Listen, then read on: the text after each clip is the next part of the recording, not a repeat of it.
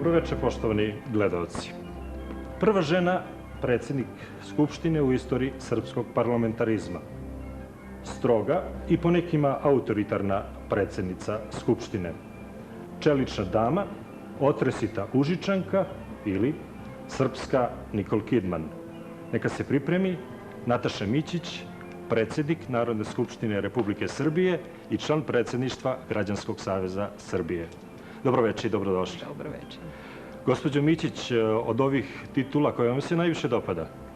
Najviše mi se dopada titula koju niste spomenuli, a to je da sam majka, a profesionalno mi se naravno najviše dopada funkcija predsjednika Skupštine koja podrazumeva jedan veliki napor, ozbiljan rad i odgovornost prema svim građanima, a posebno, kao što ste rekli, pošto sam prva žena u istoriji parlamentarizma, predsjednica Skupštine, to je jedna naročita i posebna odgovornost prema ženama. Nas žena ima više u našoj populaciji i kada uzmemo u obzir i podatak da su žene u našoj zemlji dobile pravo glasa tek 1946. godine, a baš te godine je rođena moja majka, znači ja sam druga generacija žena u ovoj zemlji koja ima pravo glasa i nalazim se na tako odgovornoj funkciji i zato osjećam naročitu odgovornost prema ženama. Prvi rezultat sporazuma DOS-DSS umjesto deblokade Skupštine, nažalost, nešto naprotiv. Čak nije usvojen ni dnevni red. Da, nažalost. Većina poslanika je glasala protiv usvajanja dnevnog reda i ja razumem da je opozicija glasala protiv usvajanja dnevnog reda gde se našim građanima u stvari omogućavaju poreske olakšice, ali ne mogu da razumem poslanike koji pripadaju strankama koje su u vlasti, koje su glasale protiv takvog dnevnog reda. Naravno, gospođo Mićić, o tome ćemo govoriti u dobrom delu emisije. Poštovani gledaoci, mi ćemo na samom početku napraviti jedan televizijski uvod, naravno, zbog naše večerašnje gošće.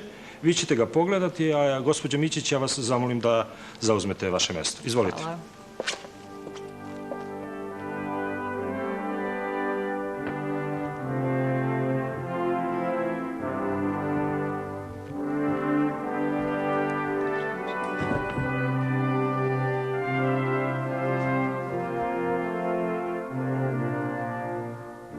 Poštovani narodni poslanici, na osnovu vašeg glasanja konstatujem da je kandidat Nataša Mićić dobila većinu glasova narodnih poslanika koji su pristupili glasanju i da je Narodna skupština za predsjednika Narodne skupštine Republike Srbije izabrala Natašu Mićić.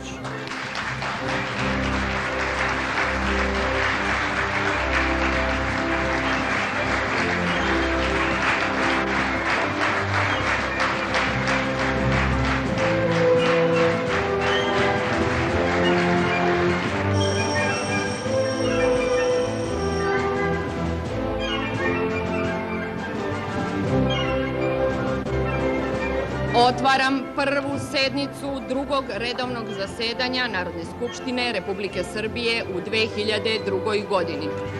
Nemate pravo na repliku, gospodine. Prema članu 103 stav 4 molim službu Narodne skupštine da izvrši meru udaljenja koju je donela Narodna skupština.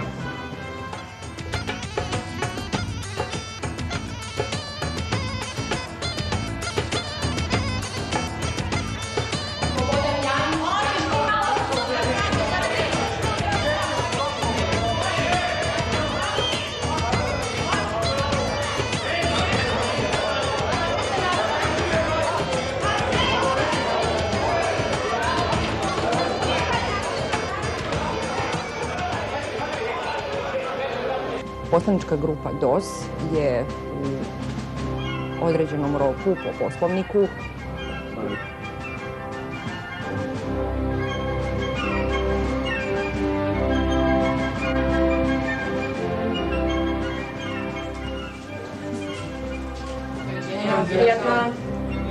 Rekla sam, nije. Određujem pauzu.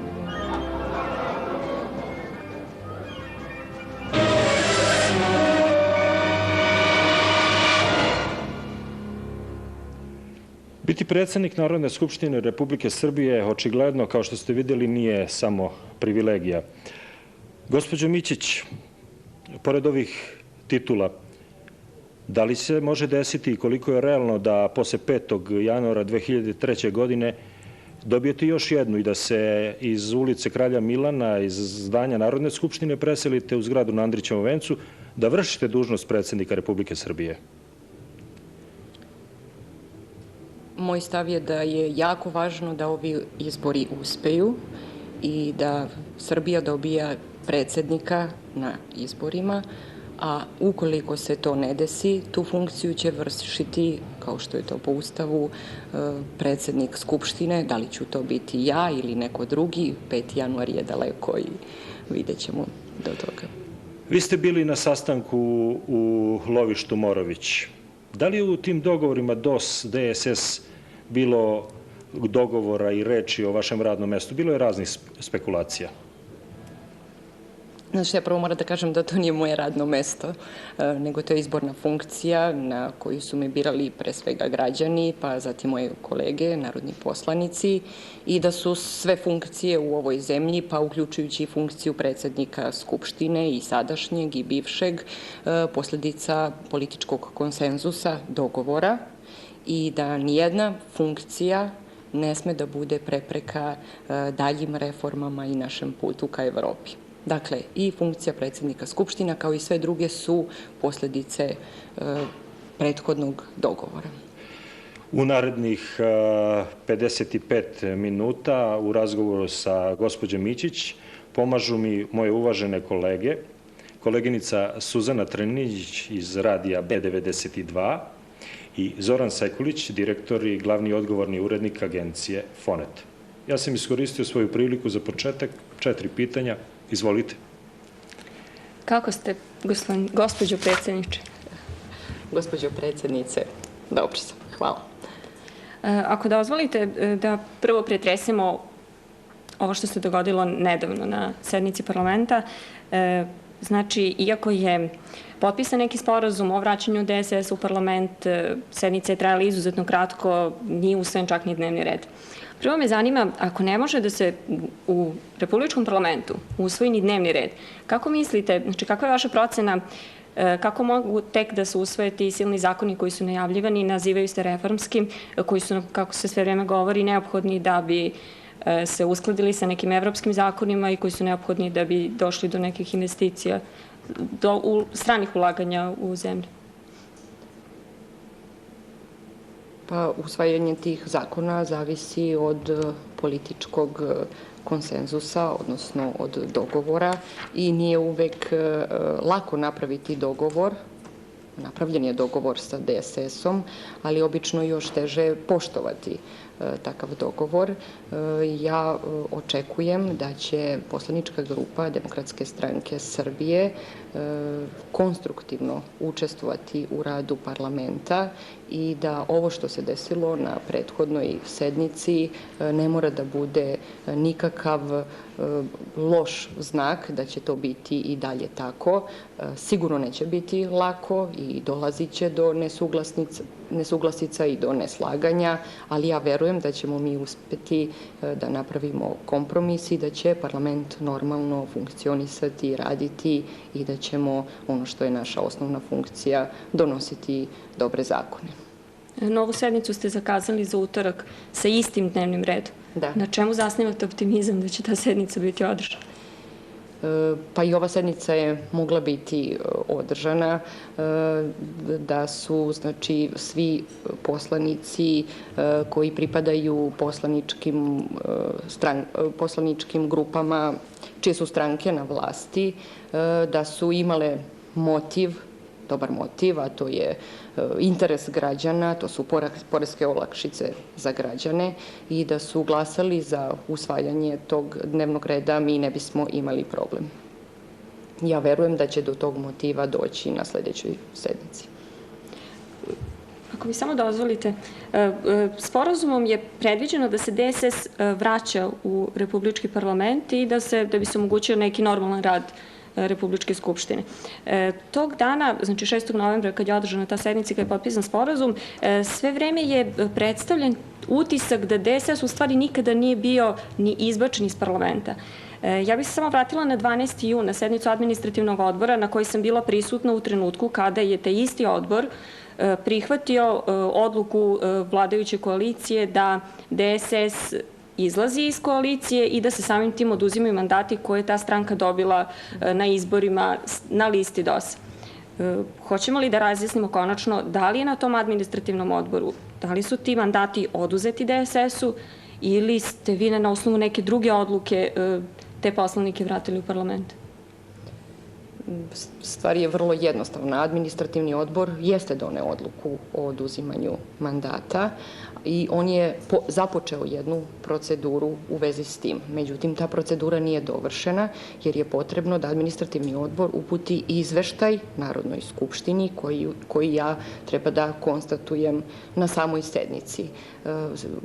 Saglasnošću, znači, administrativnog odbora takav izveštaj nije upućen Narodnoj skupštini. Naravno, svi znamo razlog. Razlog je što je došlo do političkog dogovora i usled toga je administrativni odbor odlučio da ne dovršava proceduru i ne šalje izveštaj Narodnoj skupštini.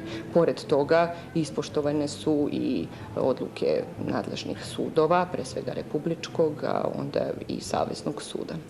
Prema tome, poslanici u Skupštini su oni koji su izabrani 23. decembra i to je znači 176 poslanika DOS-a. Neki od njih su prešli na neke druge funkcije, neki su nažalost umrli.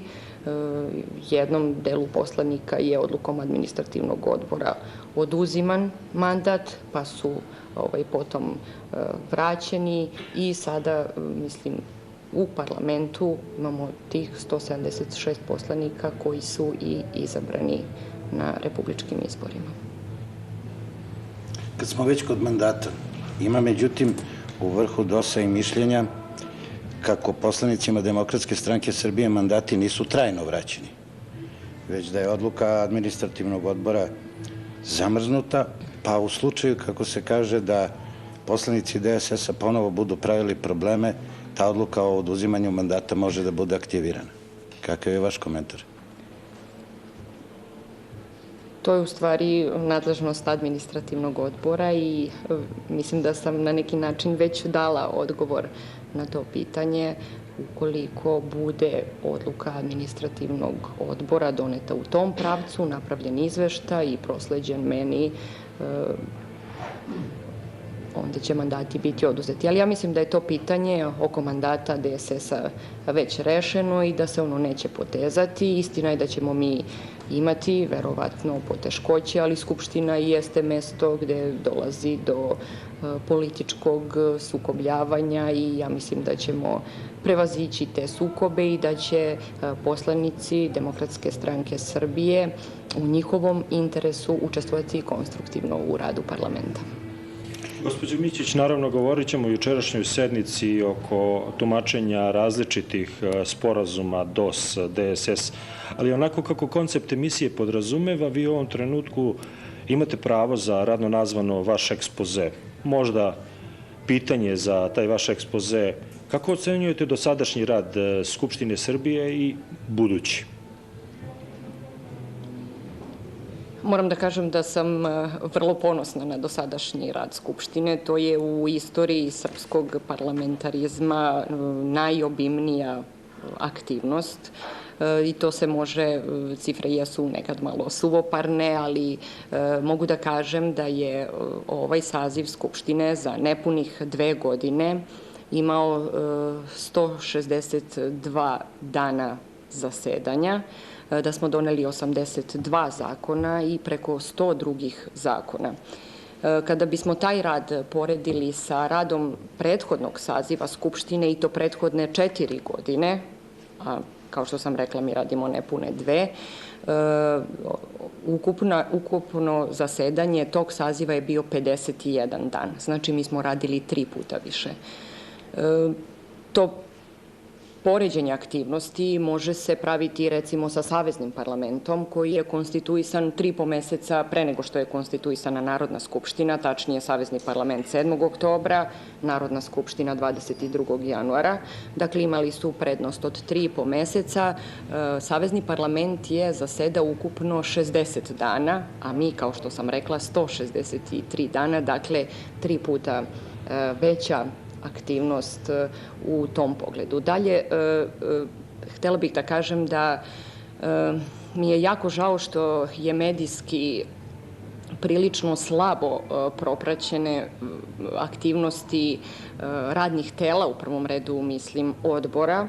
Njih u Skupštini ima 25 i od 11 do 25 članova ima svaki taj odbor.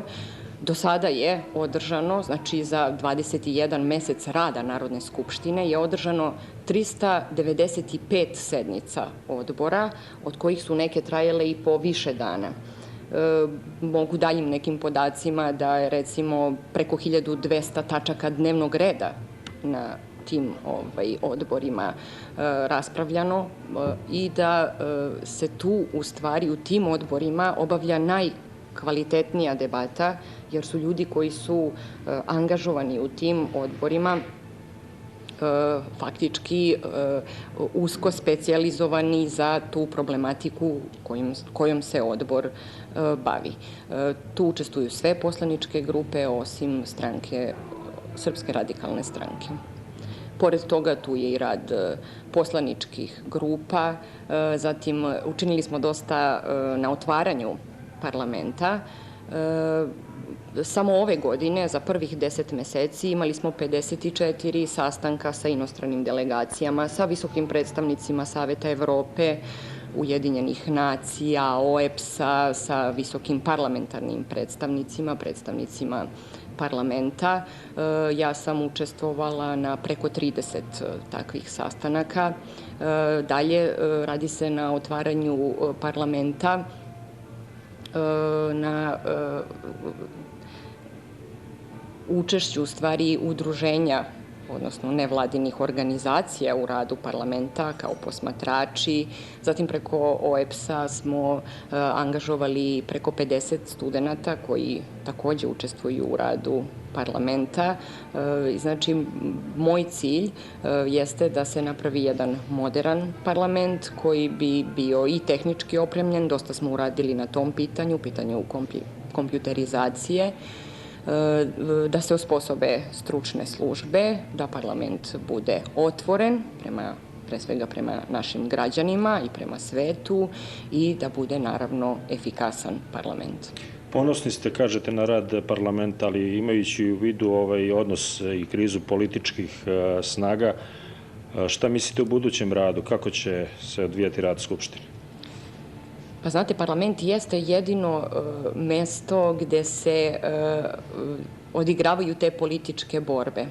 I to je jedino mesto gde se mi suočavamo sa prošlošću, sa, da nazovem, retrogradnim snagama, sa nekim političkim strankama koje su nas dovele do toga da mi sada moramo punom parom da izmenimo čitav pravni okvir da bismo mogli da budemo deo Evrope. Ja očekujem da će biti teško, kao što je i do sada bilo, jer je to jednostavno, kao što sam rekla, mesto gde se vrši rasprava, gde se vrši debata, gde je sasvim legitimno pravo opozicije da vrši opstrukciju, ali nije dobro da se u parlamentu vrši destrukcija i nije dobro da se u parlamentu vodi dnevna politika, a da ne govorimo o tome koliko nije dobro da se vodi uskostranačka politika. Sigurno se pravi pozicioniranje snaga i ono što se postavlja kao pitanje, da li uopšte vi znate ko su poslanički klubovi u Skupštini Srbije? Naravno. Mislim da nema nikakve mistifikacije, barem je ta Narodna skupština mesto koje je potpuno podložna očima javnosti, pored direktnog prenosa. Svaki građanin može da se raspita o tome. Trenutno u Skupštini ima 9 poslaničkih klubova. i to je poslanička grupa DOS Reforma Srbije, poslanička grupa DOS Demokratska stranka Srbije, Socijaldemokratska partija, Nova Srbija, Demokratska alternativa, zatim to je Socijalistička partija Srbije, Srpska radikalna stranka, Stranka srpskog jedinstva i Narodna socijalistička partija. Tačno 9. Taj novi klub izazvao dosta jučer rasprave, zar ne, kolega? Da. Rekli ste 162 dana rada parlamenta, 82 zakona, među tim zakonima nema zakona o denacionalizaciji koji je čak i premijer ekskluzivno najavljivao još u vreme kad je preuzimao dužnost predsjednika vlade. Šta je sa zakonom o denacionalizaciji? Zakon o denacionalizaciji nalazi se u pripremi u vladi i pre svega mislim da za tako jedan važan i dobar zakon i zakon koji smo obećali našim građanima moraju da se stvore uslovi da bi ona bila izvršena pravično. Mislim, moguće je doneti nekakav zakon koji bi simbolično zadovoljio, odnosno zamazao oči građanima koji očekuju taj zakon o denacionalizaciji, ali mislim da je mnogo bolje da sačekamo i da se stvori uslovi da ta denacionalizacija bude što je moguće pravičnija. Vratio bih se na ovaj vaš prethodni deo izlaganja o velikoj aktivnosti Skupštine u prethodnom periodu. Potpuno uvažavajući ovo što ste rekli, hteo bih ipak da kandidujem jedan drugi ugao. Poznavaoci prilika i na domaćoj sceni, pa i u svetu. U posljednje vreme sve učestalije upozoravaju da je ceo prostor Balkana, pa time i Srbije, prostor slabih institucija i jakog kriminala. A uprkos tome što se Srbija deklarativno zalaže za parlamentarnu demokratiju, prateći zasedanje Skupštine stiče se utisak da su centri odlučivanja negde drugde. Da li vi, na osnovu dosadašnjeg iskustva predsjednika Skupštine, možete da nam kažete ko to koči promene, odakle dolaze te glavne obstrukcije koje blokiraju rad parlamenta? Nisam baš dobro razumela vaše pitanje. Promene u razvoju parlamentarizma... Izvinjavam se, bit ću sasvim direktan. Vi ste veoma ponosni radom Skupštine Srbije, s druge strane, ja delim one ocene koje kažu da su i na ovom prostoru institucije slabe. Da. Kako vi to vidite, tu vrstu prigovora, i ako bar delimično uvažavate takve vrste primetbi, šta biste rekli, odakle dolaze glavni otpori promenama, gde su te glavne obstrukcije i da li je Skupština zaista mesto odlučivanja ili se odlučuje na drugim mestima, a Skupština služi kao servis? Skupština jeste mesto gde se vrši glavno odlučivanje i to mogu i da vam ilustrujem, recimo, kod usvajanja zakona o ministarstvima koji se upravo tiče rada vlade. Skupština je prihvatila 8 amandmana poslanike koje nije prihvatila vlada. I to nije jedini slučaj, ima i drugih slučajeva kada se Skupština u potpunosti ne slaže sa vladom. Pa recimo polazeći od mene, pošto u pripremi sednica ja obavljam razne konsultacije sa članovima vlade, sa šefovima poslaničkih grupa i ponekad dolazi do nesuglasica i potrebno je naći neki dogovor, ali ja nikada nisam te probleme iznosila u javnost i ne mislim da javnost treba da bude opterećena takvim problemima, nego da smo mi tu da zajedno rešavamo probleme. I treća, to što ste rekli, da li sam ja zadovoljna sa institucionalnim reformama, moram da kažem da nisam baš, da se mnogo više uradilo na ekonomskim reformama i da je taj posao izgradnje institucija mnogo kompleksniji i teži i vuče niz različitih problema od kadrova, od službi, od opremljenosti pa do toga da imate jedan ipak relativno nizak stepen kulture kod pojedinih poslanika i sve to dovodi do toga da se u parlamentu dešavaju i scene koje najviše liče na destrukciju. Moje pitanje se nije odnosilo samo na odnos između vlade i Skupštine.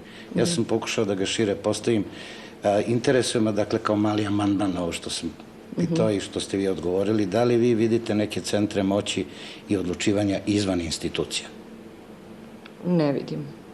Iz Skupštine ne vidim. Ne znam da li je to, da li taj problem postoji možda u nekim drugim institucijama. Postoje ocene da je Skupština praktično blokirana, da 4 meseca nije radila i suština izjave, odnosno sporazuma DOS-DSS je, kako se kaže u prvoj rečenici, unapređenje rada Skupštine. Ukratko, praktično znači zakoni i zakoni. Koliko znam, u Skupštini čeka na usvajanje 18 zakona i brojna akta. Premijer, odnosno vlada, tvrde da imaju spremnih 50 zakona i očekuje se da po tom tempu jedan zakon nedeljno treba usvajati. Da li je to moguće? Teoretski jeste moguće. Ja znam da je vreme dragoceno, međutim vreme nije odlučujući faktor. Potrebno je donositi dobre zakone, kvalitetne zakone u što kraćem roku. I ne može se predvideti u takvom instituciji kao što je Skupština koliko će trajati neka debata, koliko će biti širok konsenzus. Znači, postoje mnogo uslova od kojih zavisi efikasnost rada parlamenta. Znači, tu presudnu ulogu ne igra vreme, iako nam je ona jako dragoceno i treba da se borimo da što pre donesemo što više dobrih zakona. Vlada insistira na tom setu ekonomskih zakona, Demokratska stranka Srbije na takozvanom setu izbornih zakona. Gde su ti zakoni, u kojoj su proceduri? Ukratko o tome. Pa trenutno u proceduri ima 27 predloga zakona čiji je podnosilac vlada i to su zakoni, recimo, zakon o narodnom advokatu, o zaštiti životne sredine, o duvanu, železnici, zatim o donacijama, koncesijama i da ne nabrajam dalje. I mislim da su reformski zakoni koji imaju prioritet u radu parlamenta. A što se tiče izbornih zakona, mi smo već usvojili jedan koji se na prethodnoj sednici, koji se tiče izbora predsednika Republike i DSS jeste podneo neke predloge u vezi sa tim izbornim zakonom koji se tiču glasanja dijaspore i nekih drugih. Imali su i drugačiji stav po pitanju koliko treba u prvom krugu da bude cenzus. Međutim, usvojen je predlog koji je podnela poslanička grupa DOS Reforma Srbije i taj predlog zakona je u skladu sa CESID-om, to mislim u saglasnosti uz pomoć CESID-a je izrađen. Kažem, naš prioritet sada, naravno, bi bilo dobro i na prvom mestu i najvažnije bi bilo da donesemo Ustavnu povelju. Nakon toga da donosimo zakone, određivaćemo prioritet koji su najbitniji, najvažniji za naše građane i da se naravno donese novi ustav, jer smo to takođe obećali našim građanima i to je jedan veoma ozbiljan posao, donošenje ustava i on podrazumeva jednu široku javnu raspravu i jedan veliki i odgovoran posao. Ja ću dati samo jedan mali šlagvort. U prvoj godini mandata DOS je obećao da će odmah pokrenuti promenu ustava, već ste u trećoj, ne možete usvojiti ni dnevni red. Kako tako jedan bitan akt, najvažniji pravni akt usvojiti u ovom odnosu snaga? Zar ne, kolega Sekuliću? Znači šta, nismo u 3. godini, 22 meseca stalo nam znači još uvek smo u 2. godini. Nije počela 3. godina. Prvo to moram da ispravim. Pa rekli ste da je usvajanje Ustavne povelje jedan od prioriteta. Da. Ako se dobro sećam, Skupština Srbije je ratifikovala Beogradski sporazum. Uprkos tome, za sledeću sednicu Republičkog parlamenta kao jednu od tačaka dnevnog reda predviđate predlog odluke o raspisivanju referenduma o samostalnosti Srbije. Kako građani u Srbiji treba da protumače taj potez? Da li to Skupština Srbije povlači ratifikaciju sa Beogradskog sporazuma ili nas možda zbog problema oko usvajanja Ustavne povelje priprema za neki češko-slovački rasplet odnosa između dve republike? Ostajem pri tome da je Ustavna povelja naš prioritet i jako bi bilo važno da što pre usvojimo Ustavnu povelju. Ovo pitanje referenduma, odlučivanja o referendumu nema nikakve veze sa Ustavnom poveljom. Jednostavno postoji obaveza po Ustavu, to je član 81, gde je Narodna skupština dužna da raspravi o pitanju referenduma ukoliko postoji inicijativa od 100.000 građana, ukoliko potpiše tu inicijativu. Ova inicijativa za raspisivanje referenduma je podneta Skupštini 26. jula i 184.000 građana, službe su to proverile, izbrojale, su podnele, znači, taj akt i ja sam obavezna da je stavim na dnevni red. Drugo pitanje je da li će uopšte taj predlog biti usvojen.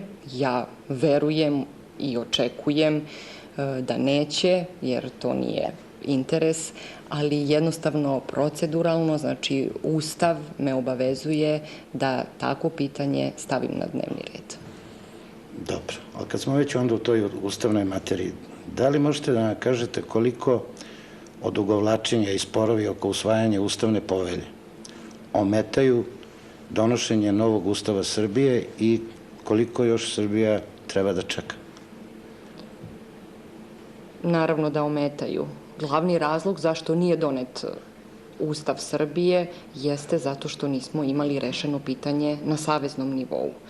Dakle, to je osnovni razlog zbog čega nije donet Ustav Srbije.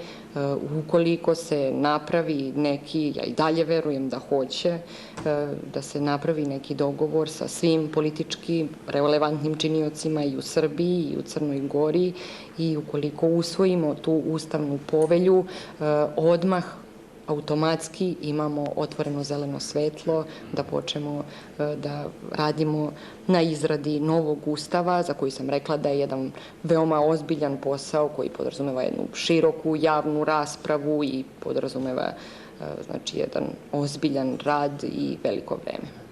Samo još jedno pitanje oko Ustava i onda ću da prepustim koleginici. Dobro, sve i pod pretpostavkom da se Ustavna povelja usvoji sutra, a već preko sutra glavni akteri na političkoj sceni Srbije postignu konsenzus oko sadržine novog Ustava Srbije, tu postoji jedan veliki, ne samo tehnički problem. Imajući u vidu da je važeći Ustav Srbije donet još u vreme Slobodana Miloševića praktično nepromenljiv, jer zahteva referendum, dvotrećinsku većinu u parlamentu i tako dalje. Dakle, kako vi vidite tehnički i suštinski zapravo postupak donošenja novog Ustava? Ima predloga koji dolazi iz DSS-a, koji baš ne znam da su potpuno legalistički, ali zalažu se za ustavni diskontinuitet i da se zaboravi postojeći način promene Ustava, da se novi Ustav naprosto izglasa većinom u parlamentu. Šta vi mislite o tome? Pa ja mislim da to nije legalistički, složila bih se sa vama, ali mislim da će to biti neophodno, ali i za takvu odluku je potreban dogovor, ponovo, znači 100 puta ponavljam i to jeste najvažnija stvar u politici, jeste donošenje odluka koje podrazumevaju kompromis i ukoliko takva odluka bude doneta, onda će se novi Ustav doneti bez referenduma. Gospođo Mićić, kad je već pred Skupštinom Srbije toliko puno posla, koliko vi sada govorite, zašto redovno jesenje zasedanje nije počelo prvog radnog dana u oktobru, kako to predviđa Ustav, već se krenulo kasnije, mesec dana kasnije, krenulo je u novembru? Koliko to ima veze sa ovim nerešenim pitanjem mandata Demokratske stranke Srbije? Pa između ostalog ima veze i sa tim, ali postoje i druge stvari zbog kojih to redovno zasedanje nije moglo da počne na vreme. Pre svega to su bili i predsjednički izbori. Nije baš dobro da se u vreme predsjedničkih izbora održava zasedanje Skupštine, naročito ako imate predsjedničke kandidate koji bi mogli da zloupotrebljavaju govornicu i da vrše kampanju i da, znači, zloupotrebljavaju samu sednicu za to. Drugo, sedište Republičke izborne komisije je bilo u Skupštini i skupštinske službe su bile angažovane na tome. Treće, pravo da vam kažem, ja sam iskreno očekivala i bilo je najava u septembru mesecu da se rad na ustavnoj povolji privodi kraju i onda sam nameravala da sazovem sednicu samo sa tom jednom tačkom dnevnog reda i na kraju jedan od razloga je i to što je bio letnji mesec i nije 4 meseca nego 3 meseca nije Skupština radila, od toga je jedan bio letnji mesec, pa ja mislim da i narodni poslanici imaju pravo na odmor. Naročito kad uzmete u obzir činjenicu da od 250 poslanika samo je 104 na stalnom radu, ostali, znači, dobrovoljno, volonterski učestvuju u tome, pa mislim onda da su zaslužili i letnji odmor kao i svi drugi. Poslednja sednica Republičkog parlamenta, znači pre ovih jesenjih, održana je tokom leta. I ta sednica je završena nekako sa početkom rada anketne komisije, na koju su svi potpuno zaboravili. Znači, to je bila anketna komisija koja je trebala da utvrdi činjenice oko navodnog prisluškivanja jugoslovenskog predsjednika Vojislava Koštunice, s druge strane oko državnog udara koji je navodno u kabinetu Vojislava Koštunice planiran. Pompezno je najavljivana ta anketna komisija, otpraćena između ostalog i na državnoj televiziji. Sa rezultatima rada te komisije uopšte nismo upoznati, a između ostalog najavljivano je da će to biti jedna od tačaka dnevnog reda. Hoće li se ikada pred parlamentom i pred javnosti naći rezultati rada te komisije? Mislim da hoće i ta anketna komisija je završila svoj rad i 2. septembra ove godine nam je uputila izveštaj. Taj izveštaj se nalazi u proceduri. Međutim, kao što znate, mi smo imali važnih poslova. Morali smo da promenimo zakon o izboru predsjednika Republike i uvek imamo nešto važnije. Sad nam je važno da donesemo poreski paket, da, znači, omogućimo našim građanima da bolje žive, da manje plaćaju poreze i mislim da to pitanje sada nije toliko važno i ne postoji neko posebno insistiranje da se to uvrsti u dnevni red. Pored toga postoje mnogi drugi izveštaji koji su takođe jako važni, koji su prošli kroz odbore. Na primer, 15 ministarstava je podnelo izveštaj odborima i oni su razmotreni na odboru i na tim odborima i takođe se nalaze u proceduri, ali nismo imali vremena da ih razmatramo. Gospođo Mićić, već znamo šta je prošlo u izmenama zakona o izboru predsjednika Republike. Rekli smo kojim stavovima nisu zadovoljni poslanici DSS-a. U najkraćem da podsjetimo na najvažnije novine i da se osvrnemo na ove rokove. Već je 17. u nedelju ponoć rok kada se ističe rok za prijavu kandidata. Za sad je samo jedan. Vojislav Šešelj zvanično danas predao kandidaturu. Da, 17. novembar ponoć je dakle krajnji rok do kada se može podneti kandidatura. Lista se zaključuje 22. novembra. Građani imaju pravo da izvrše uvid u biračke spiskove do 24. novembra. Novina je da je ukinut cenzus u drugom krugu, da se broj izašlih na birališta utvrđuje prema broju glasačkih listića, a ne prema biračkim spiskovima i to su uglavnom... I organi lokalne samouprave su... Ono što vam se takođe zamera je ukoliko, znači, propadnu izbori i u drugom krugu, postoji odredba da vi u roku od 60 dana odlučujete kada će biti raspisani novi izbori za predsjednika Republike? Da. Da li taj rok ide od dana drugog kruga ili je vama ostavljeno da razmislite da li uopšte raspisati te izbore? To nije jasno javnosti, čak ni meni kao novinaru. Taj rok od kada teče, jel? Od Da, od dana 60 održavanja Da li neuspelih vi izbora. imate obavezu od toga kada propadnu izbori u drugom krugu, da u roku od 60 dana raspišete nove izbore za predsjednika Republike? Tačno, konkretno, to je pitanje. Od dana održavanja neuspelih izbora postoji rok od 60 dana kada ja treba da odlučim da li ću raspisati nove izbore ili ne. To može da bude i u prvom krugu, ako ne uspeju. Znači, vi možete da odlučite i da ne raspišete izbore? Mogu da odlučim i da ne raspišem izbore. Naravno, to će biti odluka koja će biti doneta uz konsultacije sa politički relevantnim ljudima, jer mislim da bi bilo jako loše da se nakon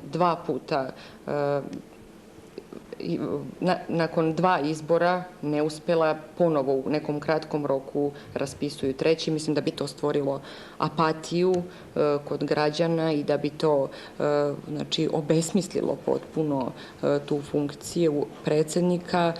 Bilo bi dobro kada bi uspeli, jako bi bilo važno da uspeju ovi izbori i ja za to navijam iz sveg srca, ali ako ne, onda bi bilo dobro da se u promeni Ustava, koju ćemo izvršiti sigurno, u stvari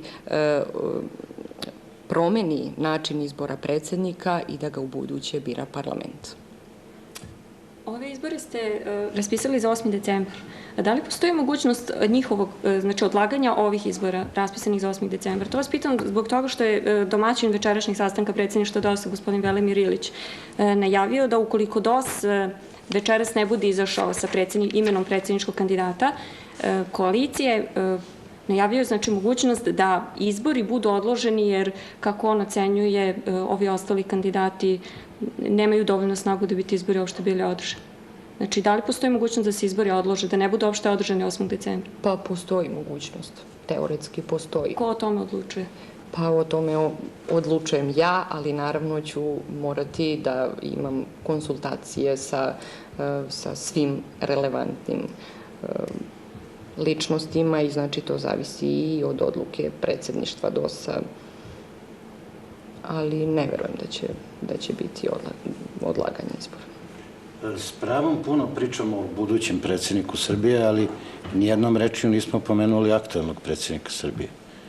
Da li vi kao predsjednik Skupštine Srbije imate službene kontakte s gospodinom Milutinovićem i da li on prema vašim saznanjima uopšte učestvuje u državnom životu zemlje? Nemam kontakte sa sadašnjim predsjednikom i nemam ni saznanja koliko on učestvuje u političkom životu.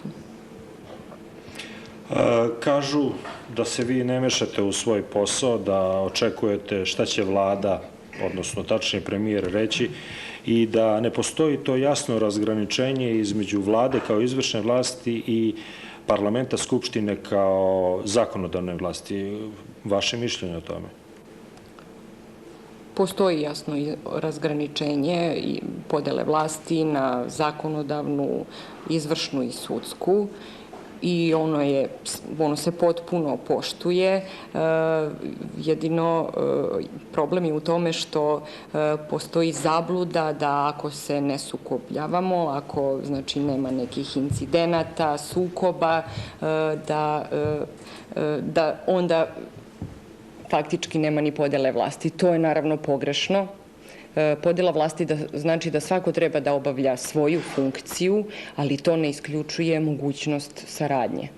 I kao što sam već rekla u emisiji, dešavalo se da dođem u sukob sa pojedinim članovima vlade, sa šefovima poslaničkih grupa, ali ja to nikada nisam iskoristila da iznesem u javnost, nego sam probleme rešavala na osnovu dogovora, tolerancije i ne mislim da bilo bi dobro da i drugi tako rade. Ne mislite da je Skupština puki izvršilac vlasti jednog čoveka? Ne mislim, pogotovo što se dešava, znači da Skupština menja zakonske predloge koje je podnela vlada i da se dešavalo da, naravno, da oni nisu tim izmenama bili zadovoljni. S druge strane, dešavalo se da sami poslanici podnose predloge akata sa kojima vlada nije baš bila najsrećnija i da ne govorim dalje, ali ja kažem imamo jedan odnos saradnje. Povremeno dolazi do nekih neslaganja, ali uglavnom to rešavamo na civilizovan način, dogovorom i konsenzusom i tako će biti i u buduće. Na početku sam upotrebio jednu formulaciju. Kažu da ste čelična dama. Neko kaže da kruto vodite sednice i da iritirate poslanike. Vi ćete to komentarisati, a pošto smo ovako dosta sa terminom pri kraju emisije, predlažem da vidimo zajedno svi šta poslanici misle o tome kako vi radite u Skupštini Srbije i kako je vodite. Predsjednik Skupštine nije jednostavno. Ona je dama i ja ne želim ništa o njoj da govorim detaljnije. U svakom slučaju znam da joj nije lako da vodi ovakav parlament. Svojim radom ili neradom i svojim činjenjem ili nečinjenjem gospođa Mićić dovodi vrlo često poziciju rada Skupštine u apsurd. Nekoliko puta smo bili svedoci toga da se ne poštuje Poslovnik onako kako treba, a u isto vreme i, čini mi se, nedovoljno poznavanje Poslovnika o radu Skupštine dovodi do konfuzije u radu. Pa Nataša Mićić je, i kada je izabrana, rečeno jedno solomonsko rešenje i ona taj posao obavlja za sada onako kako je Poslovnik nalaže, striktno poštujući Poslovnik. Mi smo u Skupštini usvojili takav Poslovnik i mi zahtevamo od nje da ga poštuje. Mi smo za sada, mogu da kažem slobodno, zadovoljni, ali očekujemo da Skupština izabere svog, kao što je ona uostalom rekla, u pravom trenutku, kada nadamo se ovaj sporazum između DOS-a i DSS-a profunkcioniše stvarno, bude izabran i predsjednik Skupštine onako kako smo se to dogovorili 2000. godine. I kada ja govorim o poljoprivredi, kada govorim o penzionerima, kada govorim o radnicima koji su izgubili posao, kada govorim o studentima, o Srbima sa Kosmeta, ona kaže to nije tačka dnevnog reda i dobijemo opomenu. Nataša Mićić je čovjek kao i svi drugi, znači ima pravo na grešku, ako negdje pogreši, inače mislim da ona zapravo vrlo dobro obavlja svoj posao, a isto tako mislim da su namere za obavljanje posla izuzetno časne i poštene kod nje.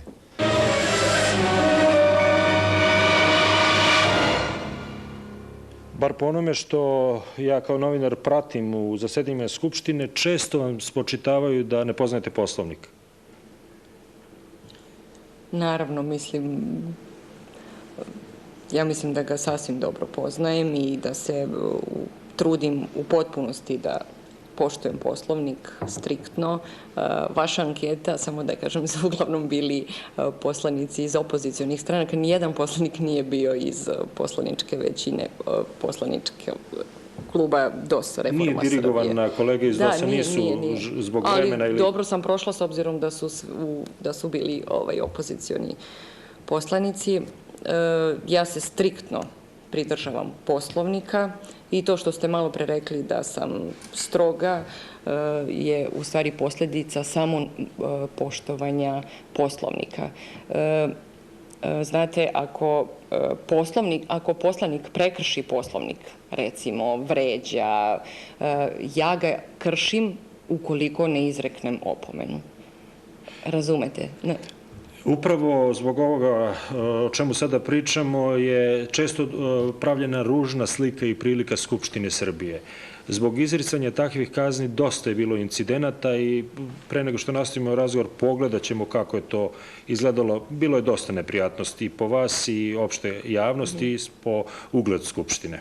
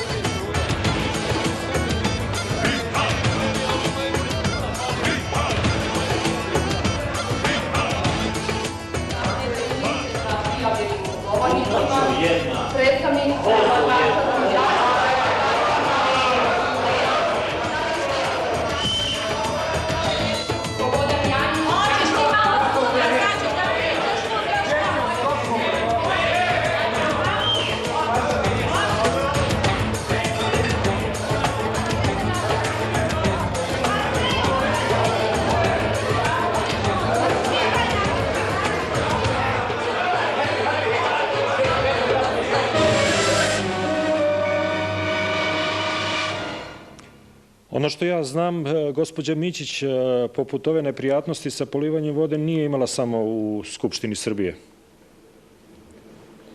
Da, dešavalo se i na ulici da pritrčavaju pristalice takvog ponašanja sa flašom kisele vode. Ohrabreni ovim postupkom. Da, ohrabreni ovim postupkom i mislim da je to naravno loše.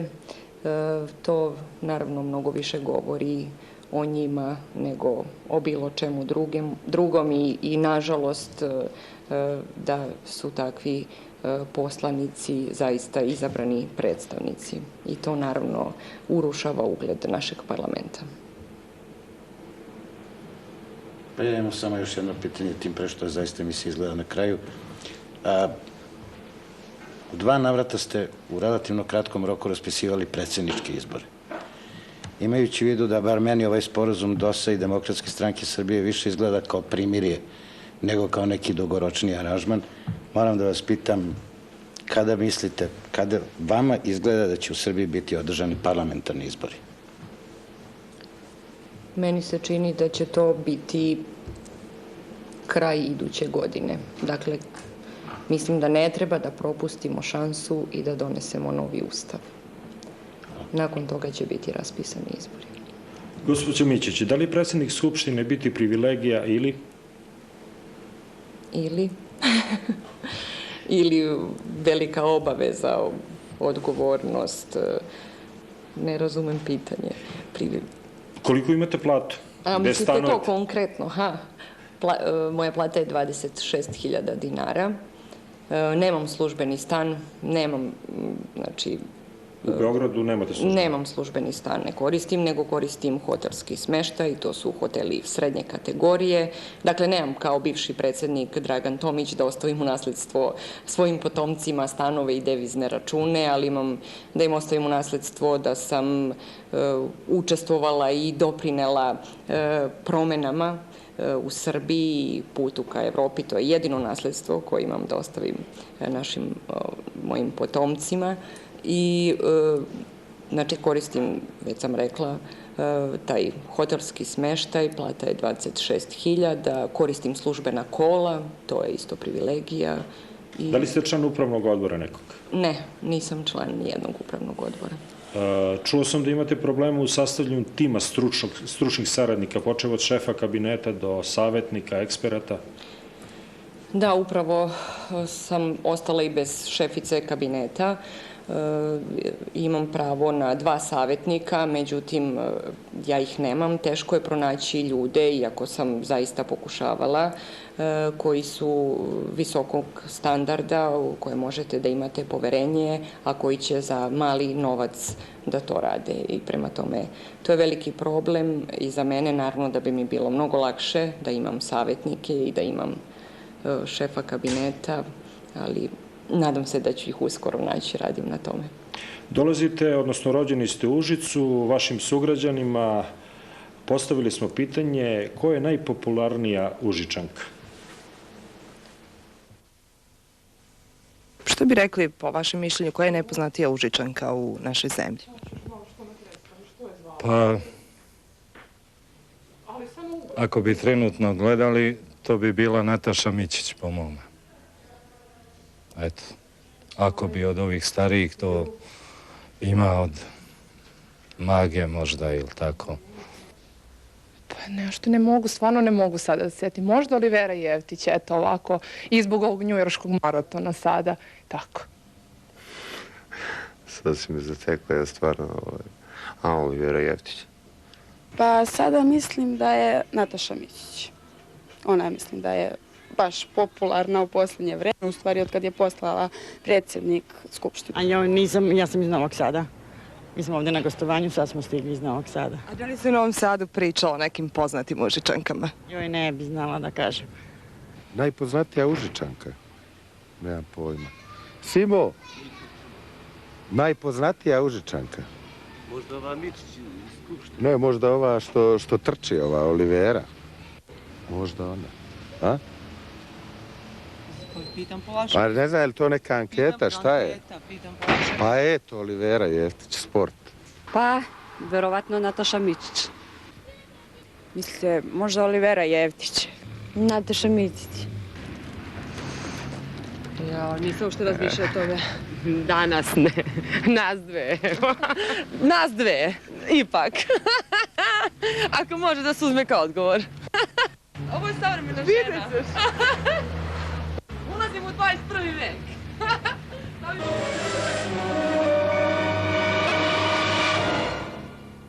Očigledno mrtva trka između Nataše Mićić i Olivere Jeftić. Vratimo se kratko u Užicu. Bavili ste se advokaturom. Da li vam je kancelarija zatvorena? Da, zatvorila sam kancelariju i ona me čeka kad završim sa bavljenjem politikom. U svakom slučaju me čeka taj posao. Ono što mnogi ne znaju, i to ste vi sigurno uvereni u to, da ste član Građanskog saveza Srbije. Od kada ste član i bilo je sigurno hrabrost to postati u Užicu? Da, članica Građanskog saveza samo od 1995. godine kada je taj odbor osnovan u Užicu i jeste s obzirom na naš geografski položaj, smo blizu Bosne, jer je posebno bilo hrabro biti član Građanskog saveza i to je stranka koja se borila i protiv rata i uvek je bila dosledna i hrabra i bila hrabra biti član. Predsjednik vaše partije Goran Svilanović poveo je vaše sugrađane iz Užica 5. oktobra prema Beogradu. Gde ste bili tada vi? Pa zajedno sa Goranom Svilanovićem i mojim Užičanima. Vi ste fan Rolling Stones.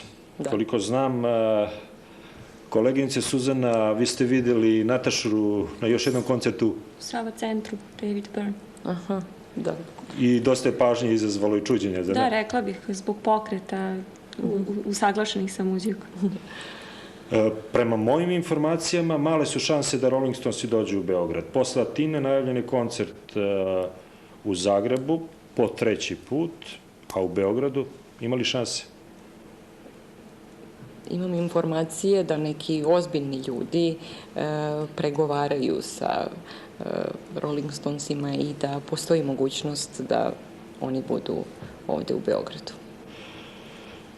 Ja ću još imati pri kraju samo jedno pitanje. Ona titula srpska Nicole Kidman, mnogi kažu da se lepo oblačite. Da li imate stilistu? Nemam stilistu, a i to za srpsku Nicole Kidman s jedne strane jeste kompliment. To je žena koja se naravno dosta bavi svojim izgledom, jer je to i na kraju krajeva deo njenog posla, ali s druge strane ponekad me malo i iritira to poređenje sa Nicole Kidman, više bi volila da me porede sa Maggie Thatcher ili Indirom Gandhi ili već tome slično. Mislim da još niste bili predsjednik Skupštine kada je počela priča o tome da su poslanici nezadovoljni što u skupštinskom restoranu postoji samo suva pita i kolači. Sudeći po vašoj liniji, izgleda da vi ne svraćate u skupštinski restoran. Ne svraćam, redovno svraćam u skupštinski restoran zato što nemam vremena da idem na drugo mesto, pauza je kratka i uglavnom se u restoranu skupštinskom hranim. Ja sam, poštovane kolege, iscrpeo pitanje, izvolite vi za kraj.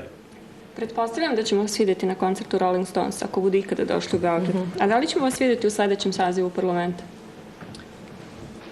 To zavisi od toga da li ću želiti i dalje da se bavim politikom. Prvo od toga. A sada da li mislite da biste želeli? Mislim, da li želite da se bavite i dalje politikom? Da, sada želim da se bavim politikom.